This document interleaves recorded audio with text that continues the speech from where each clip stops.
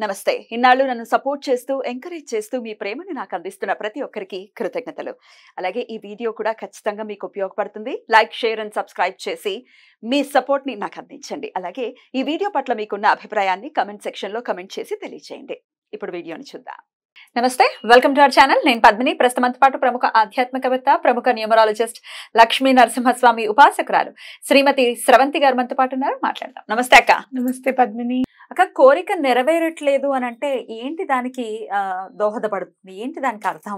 అంటే కొంతమంది చాలా రోజుల నుంచి వెయిట్ చేస్తున్నాం, రకరకాల పూజలు చేస్తున్నాము, రకరకాల మంత్రాలు పట్టించేస్తున్నాము, మీరు చెప్పిన రెమెడీస్ చేసేస్తున్నాం, అయినా మా కోరిక తీరట్లేదు అంటే దానికి అర్థం ఏంటి? భగవంతుడు, నేను ఇందాకే ఒకటి చదివాను, భగవంతుడుట నీకు ఏది నువ్వు అడిగిన వెంటనే నువ్వు ఇవ్వలేదు అంటే కనుక, మరి సపోజ్ మనం ఒక పూజ చేసుకున్నాం పద్మిని, ఒక సంకల్పం చెప్పుకొని అది అవ్వలేదు అని అంటే కొంచెం వెయిట్ చేయండి, నువ్వు అడిగిన దానికంటే మంచిది, చాలా విలువైనది నీకు ఇస్తున్నాడు అని అర్థము అనేది చదివాను నేను. అది చదివినప్పుడు నాకు అనిపించింది, నేను కూడా ఒకటి అనుకున్నాను, అది అవ్వలేదు అనేది ఒక మనసులో ఎక్కడో ఒకటి ఉంటుంది ఎవరికైనా కూడా, అయ్యో ఇంకా అవ్వలేదు అనుకున్నప్పుడు అది చదివిన వెంటనే నాకు చాలా ప్రశాంతత వచ్చింది అనమాట. అంటే చాలా సమస్యలు కొన్ని ఉంటాయి పద్మిని, నేను నా జీవితంలో కూడా కొన్ని ఉన్నాయి, ఇంకా అవ్వలేదు ఏంట్రా బాబు, మనకి ఎక్కడ అసలు భగవంతుడు ఉన్నాడా మన ఎందు అని అనిపిస్తుంది.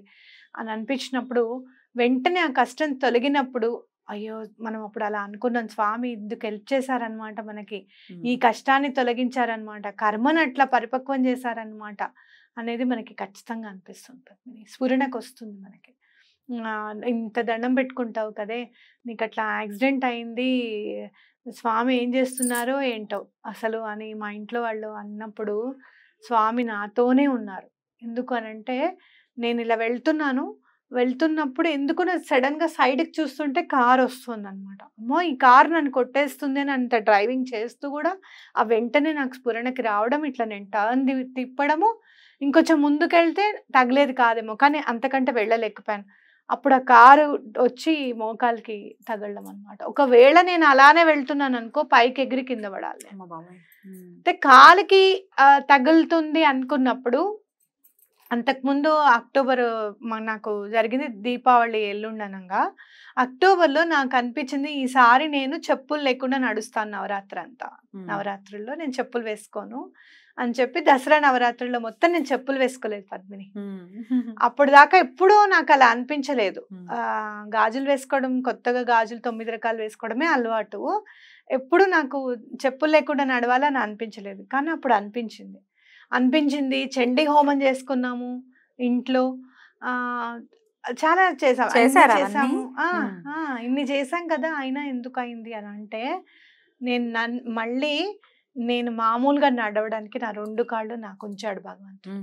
నాకేదో అయిపోకుండా, ప్రాణానికి ఇబ్బంది లేకుండా, నిజంగా కదా కాపాడాడు. అలా ఆలోచించాలి పాజిటివ్. మళ్ళీ 2 కాళ్ళు ఇది లేకుండా నేను నడవగలుగుతున్నాను అని అంటే కేవలం భగవంతుడు నాకు ఆ రోజు ఆ స్ఫురణకి కలిగించాడు. ఎప్పుడేం చేయాలి ఆ రోజు ఖచ్చితంగా అయ్యేది కాదేమో, ఇంకా కూడా ఒకటి వచ్చింది స్ఫురణకు, కానీ నేను హడావిడిలో క్లయింట్స్ వెయిట్ చేస్తున్నారు అని చెప్పి ఆఫీస్కి వెళ్ళిపోవాలి అన్న హడావిడిలో ముందుకు వచ్చేసాను. ప్లేట్లో బాబా గారిని తీసుకొని వచ్చి ఆ ప్లేట్లో పెట్టి పూజ చేయాలని కూడా అనిపించింది.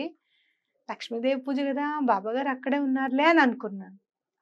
కనుక తీసుకొచ్చి ఆ ప్లేట్లోనే కూర్చోబెడితే ఇంకా మరి ఈ ప్లేట్ ఉండేది కాదేమో అప్పుడు.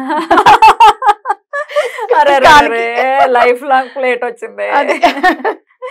భగవంతుడు మనకి చెప్తాడు పద్మిని, చెప్పకుండా ఉంటాడు, హింట్ ఇస్తాడు. మనస్సాక్షి చెప్తూ ఉంటుంది, ఇది కాదు నువ్వు ఇది చెయ్యి, ఇలా కాదు ఇలా ఉండని చెప్తూ ఉంటుంది. కానీ మనం దాన్ని గొంతు నొక్కేసి ఓవర్లుక్ చేసుకుంటూ వెళ్తాం. ఒక్కొక్కసారి పనులు అవ్వట్లేదు అనుకుంటే అది మీ మంచికే అనుకోండి, తప్పకుండా చాలా సందర్భాల్లో నేను లేదు స్వామి ఇది ఎటువంటి పరిస్థితుల్లో అవ్వాల్సిందే అన్నప్పుడు ఏదో ఒక లాస్ కనపడము, అరే అది లాస్ అయ్యానే దీనివల్లనా, సారీ స్వామి నువ్వు చెప్పింది నేను అర్థం చేసుకోలేకపోయాను, ఆ లాస్ ఎట్లాగా తీర్చు అంటే మళ్ళీ ఒక 10 నెలలు అయిన తర్వాత ఆ లాస్ పూడుకోవడము, అలా కూడా జరిగాయి అన్నమాట. కాబట్టి ఎప్పుడు కూడా అన్ని మీకే అవుతాయా అని కొంతమంది కింద రాస్తూ ఉంటారు. అన్ని మీకే అవుతాయా అని అంటే చాలా కష్టం సుఖం 2 తెలిసిందాన్ని లైఫ్లో నాకు. మీరు సుఖపడ్డారా అని అంటే లేదు, అవును అని నేను అనలేను. మీరు బాగా కష్టపడ్డారా అంటే కూడా నేను అవును అని అనలేను పద్మిని. ఎందుకంటే సుఖం ఎంత సమపాళ్లలో ఉందో కష్టం కూడా అంతే సమపాళ్లలో ఉంది నా లైఫ్‌లో. కాబట్టి అప్పటికప్పుడు ఏదైనా పనులు అవ్వాలంటే కూడా దండం పెట్టుకోవడము, వెంటనే భగవంతుడి గురించి అబ్బా! ఇది కదా అని అనుకోవడము. మొన్న రీసెంట్‌గా కూడా మ్యాచ్ గెలవాలంటే Bappa magic begin now switch word use చేసాం. మా చిన్నమ్మాయి విపరీతంగా ఏడ్చేస్తోంది. అసలు అది ఏమైపోతుందా అని. 32 బాల్స్ 36 రన్స్. మనకేమనిపిస్తుంది ఈ మేనిఫెస్టేషన్స్ లో ఉన్నప్పుడు మనకేమనిపిస్తుంది అంటే స్వార్థం కోసం మనం యూజ్ చేసుకోకూడదు అని అనిపిస్తుంది మనకి. అన్నప్పుడు పిల్ల చిన్నది కదా, నీలాగే చిన్నది స్వామి, ఏమాత్రం ఛాన్స్ ఉన్నా కూడా వాళ్ళు బాగా ఆడితే వాళ్ళు కష్టపడుతున్నారు అని గనక నీకు అనిపిస్తే గెలిపించు స్వామి అని దండం పెట్టుకోవడం జరిగింది అనమాట. వెంటనే మంచి ball Suryakumar catch, next level catch, అది జీవితంలో మర్చిపోలేము అనమాట. వరల్డ్ కప్ ని తీసుకొచ్చినటువంటి అట్లా ఉంటుంది బప్పా మ్యాజిక్ అంటే, భగవంతుడు మ్యాజిక్ అంటే అట్లా ఉంటుంది. అందుకే నేను ఎప్పుడు కూడా divine magic begin Bappa magic begin అని చదువుతూ ఉండమంటాను. మీకు ఏదన్నా పని ఆగిపోయింది, అది అవ్వట్లేదు, అసలు చాలా సంవత్సరాల నుంచి వెయిట్ చేసిన పనులు కూడా ఉన్నాయి. మీకు తెలుసా, మా అమ్మగారు మా నాన్నగారు ఉన్నప్పటి నుంచి ఒక పని ఉండింది, అవ్వలేదు మా నాన్నగారు వెళ్ళిపోయారు. మా అమ్మ ట్రై చేసింది, మా అమ్మకు కూడా కాలేదు, అయిపోయింది. తర్వాత మా అమ్మ పోయిన తర్వాత ఒక 4-5 ఇయర్స్ మేము వదిలేసాం. తర్వాత మేము స్టార్ట్ చేసాం, కాలేదు. అక్క ఇది ఏంటి, అవుతుందా అవ్వదా అనుకున్నప్పుడు నాకు వినాయకుడు నాకు హెల్ప్ చేశాడు. ఒక రూట్కి రావడానికి క్షిప్ర గణపతి వ్రతం చాలా హెల్ప్ చేసింది. అయ్యింది, అమ్మాయి చేతిలోకి వచ్చింది, ఇంకా అయిపోతుందంటే కోవిడ్ స్టార్ట్ అయ్యింది. కోవిడ్ అయిపోయిన తర్వాత లాస్ట్ ఇయర్ అయ్యింది. ఇందాక నేను వారాహి అమ్మవారిది చెప్పాను చూసావా, అప్పుడు అయ్యింది. అంటే ఎన్ని సంవత్సరాల నుంచి అవ్వని పని వారాహి అమ్మవారు చేసి పెట్టారు మనకి, ఆవిడ అనుగ్రహంతో అయ్యింది. అంటే ఇంకోటి కూడా ఏంటంటే, ఏ టైంలో ఏ జోన్ లో మనకి ఆ పని అయింది అనుకో, దానివల్ల మనకి ఏమైనా ప్రాబ్లమ్స్ వస్తాయి అంటే కూడా ఆ పని ఆపబడుతుంది భగవంతుడు. అలా ఆలోచించుకోగలిగా, తప్పకుండా నా లైఫ్ లో అది జరిగింది. ఆ పని అక్కడికి ఆగుతుంది. ఆగిన తర్వాత ఏం ప్రాబ్లం ఉంది అనేది కనుక మనం ముందుకు వచ్చేసి అది సాల్వ్ అయిన తర్వాత పని అవుతుంది అనమాట. ఖచ్చితంగా ఇది గుర్తుపెట్టుకోండి, భగవంతుడు మన కోసం ఏదో మంచిది ప్లాన్ చేస్తున్నాడు, ఆయన బోనస్ ఇవ్వడానికి రెడీగా ఉన్నాడు. మీకు పని లేట్ అవుతాయి, ఆ థాట్ ప్రాసెస్ తో ఉండాలి. అంతేగాని వీళ్ళు ఇది చెప్పారు, వీళ్ళకి ఏమీ రాదు, వీళ్ళు ఏదో చెప్తున్నారు, ఇట్లాంటివన్నీ వింటుంటే బాధ అనిపిస్తుంది. మీ స్విచ్ వర్డ్ వల్ల మాకు చాలా పని అయింది అన్నప్పుడు ఎంత ఆనందం అనిపిస్తుందో. చాలా చేసామండి, ఒక్కటి కూడా పని కాలేదు, మీరు చేస్తే ఇంకా ఉన్న ఉద్యోగం కూడా పోయిందని నిన్ననే చదివాను. దీన్ని మనం అడ్రస్ చేయాలి పద్మిని అని నీకు పెడదాం అనుకున్నాను, ఉద్యోగం పోయిందట మన స్విచ్ వర్డ్స్ చదివినప్పుడు. అంటే మరి ఆ ఉద్యోగంలో ఉంటే మీకు ఏ ప్రాబ్లం వచ్చిందో ఆ స్విచ్ వర్డ్ ఆ ప్రాబ్లం లేకుండా చేసిందేమో నేను అనుకుంటాను. అలా నేను అనుకుంటాను. లేదు అంటే గనక కింద ఇంకో అమ్మాయి రాసుకుంటూ వచ్చింది, నాకు చాలా పనులు అయ్యాయి, ఆ మేడం చెప్పినవన్నీ కూడా చదువుతున్నాను అని చెప్పినప్పుడు, ఓకే మనం ఆన్సర్ చెప్పాల్సిన అవసరం లేదు, కింద ఆల్రెడీ ఆన్సర్ చెప్పారనుకున్నా. ఇంకో అమ్మాయి ఏం రాసిందో తెలుసా, మన స్విచ్ వర్డ్స్ చదవండి, ఖచ్చితంగా పనులు అవుతాయి. నాకు కొన్ని అయ్యాయి, కొన్ని అవ్వలేదు. అప్పుడు నేను ఏమనుకున్నాను అంటే, నా జీవితంలో ఏదైతే రావాలనుకుందో అది ఖచ్చితంగా వచ్చింది, రావద్దు అది బెటర్, రాకుండా ఉండడం బెటర్ అనుకున్నప్పుడు అది రాకుండా ఉంది అని నేను అనుకుంటున్నాను అని చెప్పి రాసింది. అబ్బా, చాలా మంచి ఆలోచన అనిపించింది నాకు.